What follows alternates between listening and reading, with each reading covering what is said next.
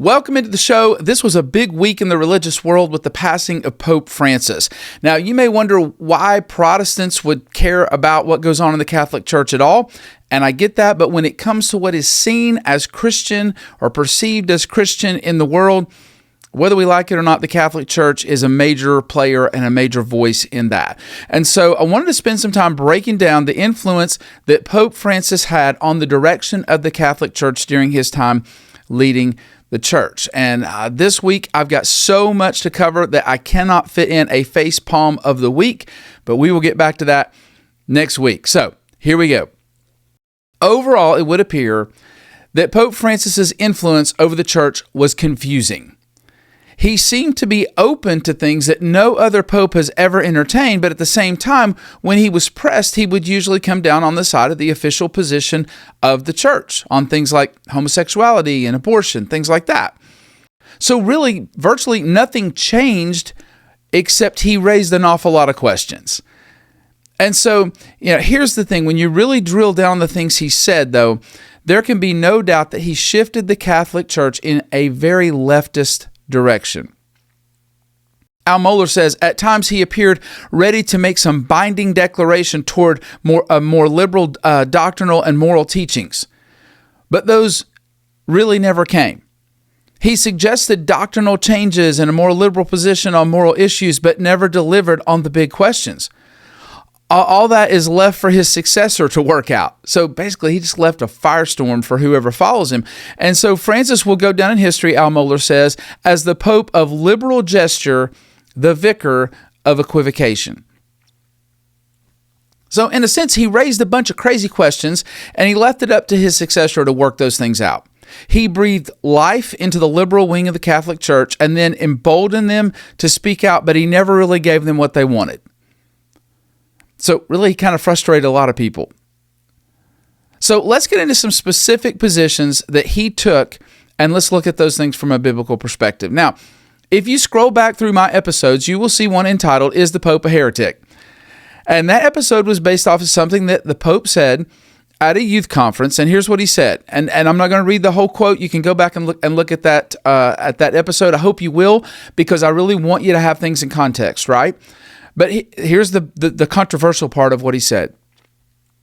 He said, there is only one God, and religions are like languages, paths to reach God. Some Sikh, some Muslim, some Hindu, some Christian. Now, you can go back and listen to that episode if you want to hear, again, a detailed explanation on that. But it's clearly not a biblical position or a Catholic position. So from that statement, it feels like he leans toward universalism. All paths get you to God. Everyone is ultimately worshiping the same God, no matter how they define God. And obviously, Jesus was very insistent that you reject all other ways to heaven, and he claimed to be the only way to the Father.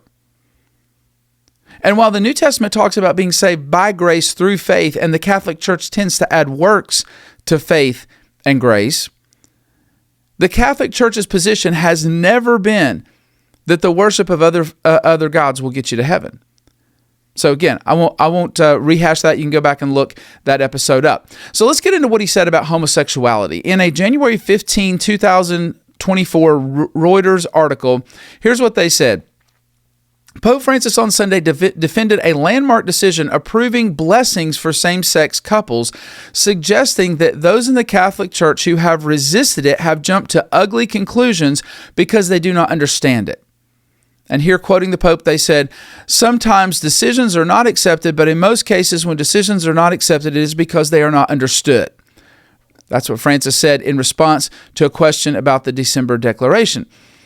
The danger, he goes on to say, is that if I don't like something and I put it in my heart, they put in parentheses the opposition, so your opposition to it, you put that in your heart, I become a resistance and jump to ugly conclusions.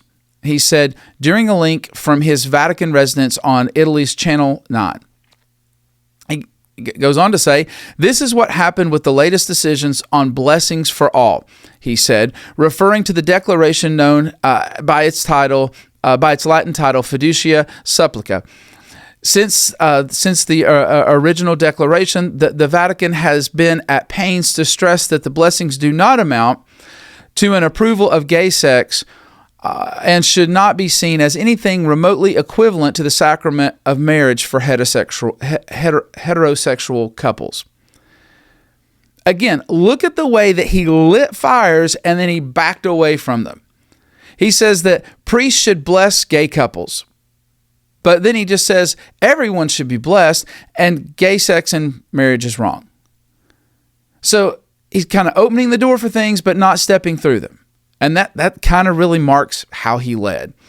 One of the most memorable and controversial statements about this issue came on a flight from Latin America back to Rome in 2013.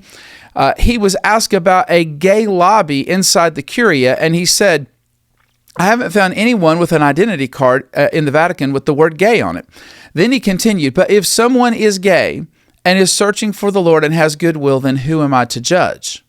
This is a common mantra based on Matthew chapter 7 that believers all over the world, and including unbelievers who want to accuse Christians of being judgmental, get wrong on a regular basis.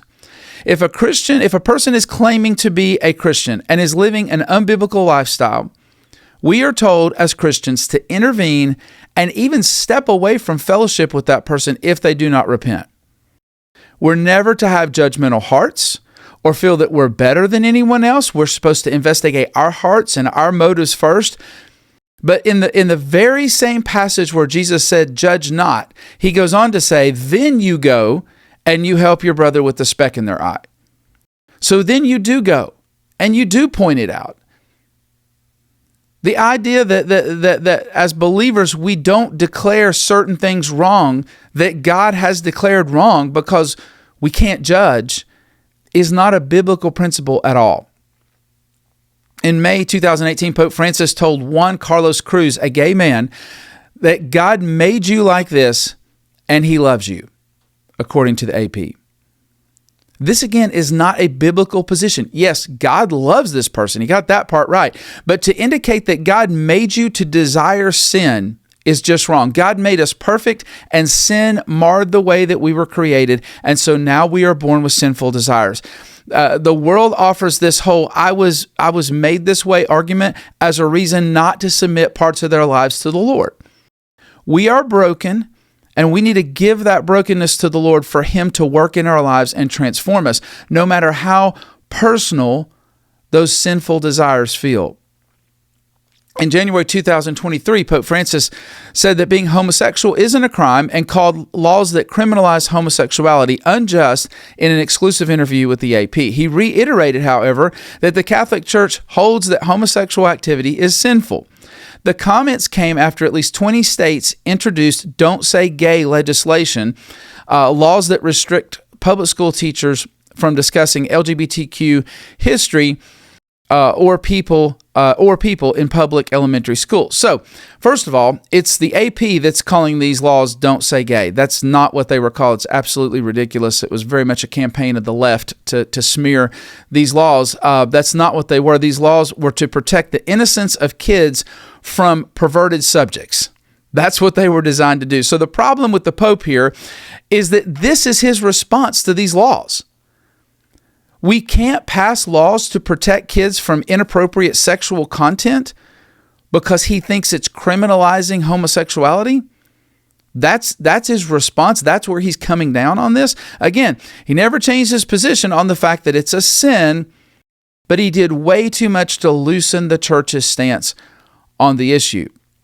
And that's kind of the sneaky, deceptive part about the way that he led. Now, one of the most confusing positions was his position or his relationship with Marxism and liberation theology. He regularly claimed not to be a Marxist, but again, he regularly said things that leaned towards Marxism, communism, and socialism, and seemed to have a very little appreciation for capitalism. He said this, he said, "If I see the gospel in a sociological way only, yes, I'm a communist, and so too is Jesus. Behind these Beatitudes and Matthew 25, there is a message that is Jesus's own, and that is to be Christian. The communists stole some of our Christian values." Now, first of all, anyone who thinks that the New Testament teaches communism instead of voluntary generosity is not a serious Bible scholar. I'm sorry. You can see the chapter that I've written on this in my book, Christ and Culture. I do a thorough breakdown of what the New Testament says about private property and socialism and Marxism. So you can check that out. So no, you can't say that Jesus was a communist. The only way you can say that communists stole Christian values is that they've taken principles of voluntary generosity and then they mandated them by the government. But once you mandate redistribution, it's theft. It loses its spirit of love that should accompany it, and it de-incentivizes personal responsibility. Christian generosity was never meant to be a government program. Wikipedia says, which is no conservative source, says that Pope Francis has stated that it is the communists who think like Christians, and praised liberation theology founder Gustavo Gutierrez. So, that again, he says he doesn't believe in Marxism, but you've got that. There's a website called wherepeteris.com. It's a Catholic website. Can't make this stuff up. And they quote the Pope as saying, "I would observe that the Christian tradition has never recognized the right of private property as absolute, and has stressed the social purpose of all forms of private property." Pope Francis explained that in this exhortation, he was criticizing the false notion that the inevitable outcome of so-called trickle-down economics in a free market system is increased social justice and improved lives for the marginalized. He says, this is what the Pope said, "You're not making a gift of what is yours to the poor man, but you are giving back to him what is his. You have been appropriating things that are meant to be for the common use of everyone. The earth belongs to everyone, not the rich." So he has a real problem with the idea of private property, clearly. But here's the thing. We give to the poor because everything we have is the Lord's, and we manage it on his behalf, not because everything we have is someone else's. It's just bad theology. We are voluntarily generous because we're managing the Lord's money. And so it's just a slight difference in the way of thinking, but it makes all the difference when it comes to your theology. Forbes magazine says this, "For the Holy Father, inequality is the root of all social ills, though he fails to explain precisely why a society of unequal wealth but a relatively high standard of living would somehow be less reflective of gospel values than a society that shares equally in poverty." And that's the part he doesn't seem to understand. Every socialist, especially Christian socialist, wants to have their cake and eat it too, and it's just not possible. It doesn't work. Right? And so when you look at one society where, yes, there's inequalities, but everyone is, for the most part, living a very good standard of living. But then you look at a society where they've enforced that everybody has the same standard of living. That standard of living is always pretty much poverty. And that's something that very few people seem to understand. It's easy to look at a wealthy nation and just say, well, let's just redistribute all this wealth to people who have less, and everybody will have a great life. But it never works. Every time it has been tried, everyone ends up in poverty. That's why Milton Friedman said this. Is there some society you know that doesn't run on greed? You think Russia doesn't run on greed? You think China doesn't run on greed? What is greed? Of course, none of us are greedy. It's only the other fellow who's greedy. The world runs on individuals pursuing their separate interests. The great achievements of civilization have not come from government bureaus. Einstein didn't construct his theory under an order from a bureaucrat. Henry Ford didn't revolutionize the automobile industry that way.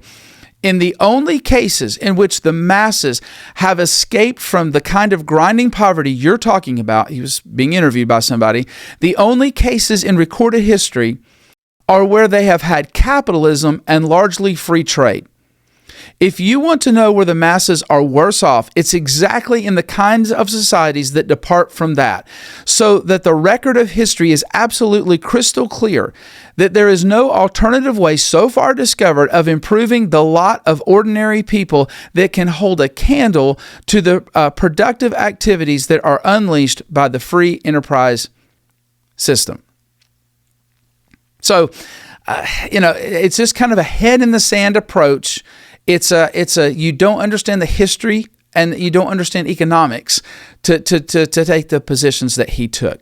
Now, another area where Pope Francis was very outspoken is the area of immigration.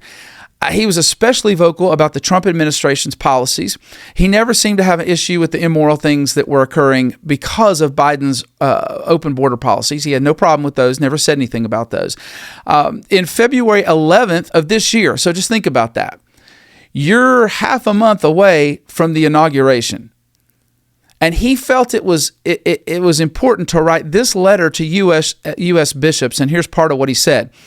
So we don't even really know what these border policies are going to look like yet, but he felt like it was absolutely essential half a month after the inauguration to write this. He said, "I have followed closely the major crisis that is taking place in the United States with the initiation of a program of mass deportations." Half a month after the inauguration, I don't really remember a ton of deportations taking place yet. So we didn't even really know what this policy was going to look like.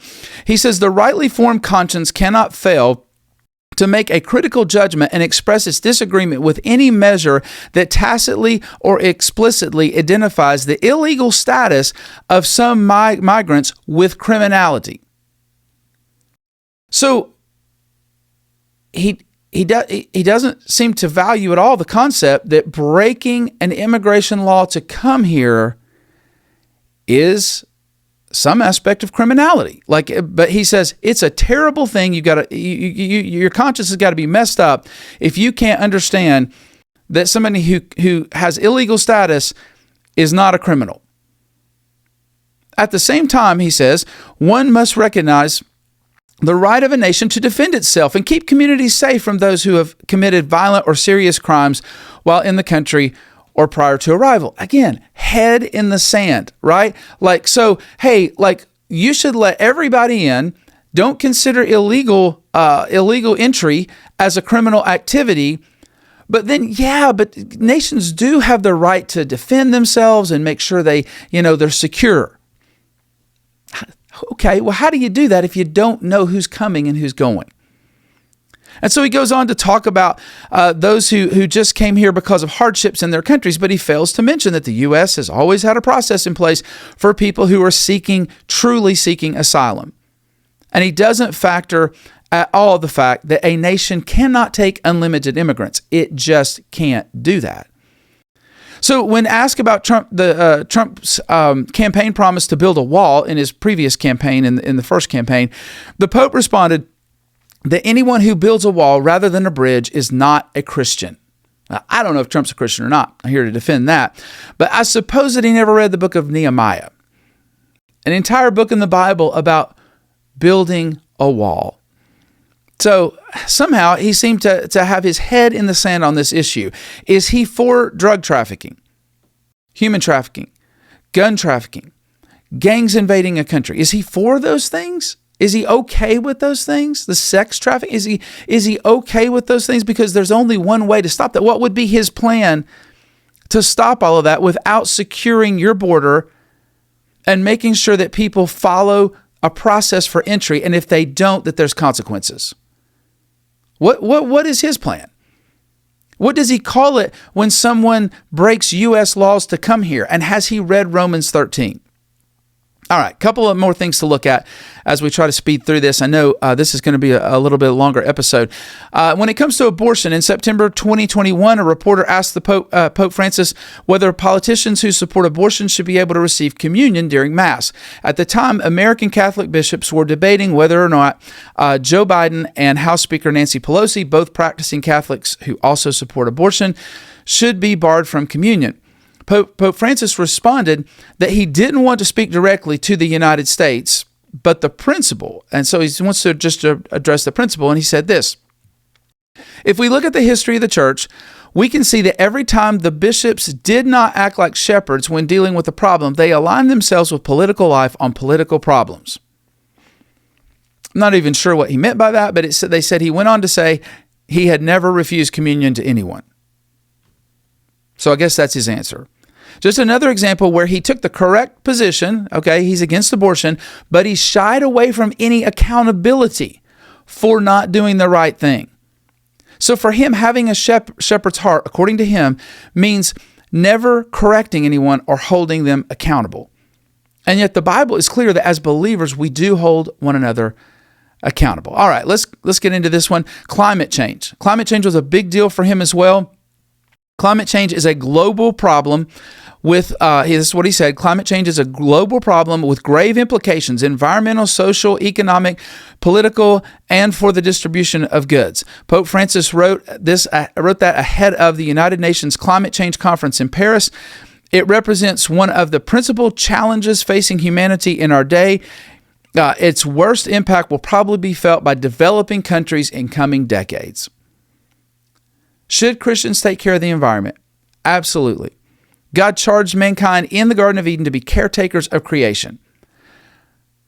I'm not sure what the Pope was proposing to be done about climate change, but it's interesting that he was concerned about developing nations. And the number one thing that brings developing nations out of poverty is access to cheap energy. Did you know that? And so far, fossil fuels have been the most cost-effective form of energy. At some point, they may not be. At some point, there may be a way to bring developing nations up out of poverty with a different type of cheap energy. But for right now, that's what it's been. One of the things that I think is interesting about the climate change issue, and this will probably get me banned on YouTube, but is there is no science that tells us. I remember seeing Senator John Kennedy interviewing somebody in front of Congress, and I don't remember the number. He said, you want to spend $3 trillion or something like that to stop climate change. And he said, so how much will that lower? If we spend $3 trillion, how much will that lower the temperature? And the guy said, well, I couldn't answer. I can't tell you. So, what are we doing here? What are we doing here? So my overall evaluation of his papacy would be that he seemed to be arguing a lot of his positions from a Marxist mindset. Whether he would admit it or not, he seemed to love the idea of socialism. He seemed to not really love capitalism. In the name of underdeveloped countries, he seemed to favor positions of those who want tyrannical control over everything in the name of climate change. He seemed to be for open borders. And overall, he did not seem to base his positions on these things from Scripture. Now, evidently, I should have sent him a free copy of my book, Christ and Culture.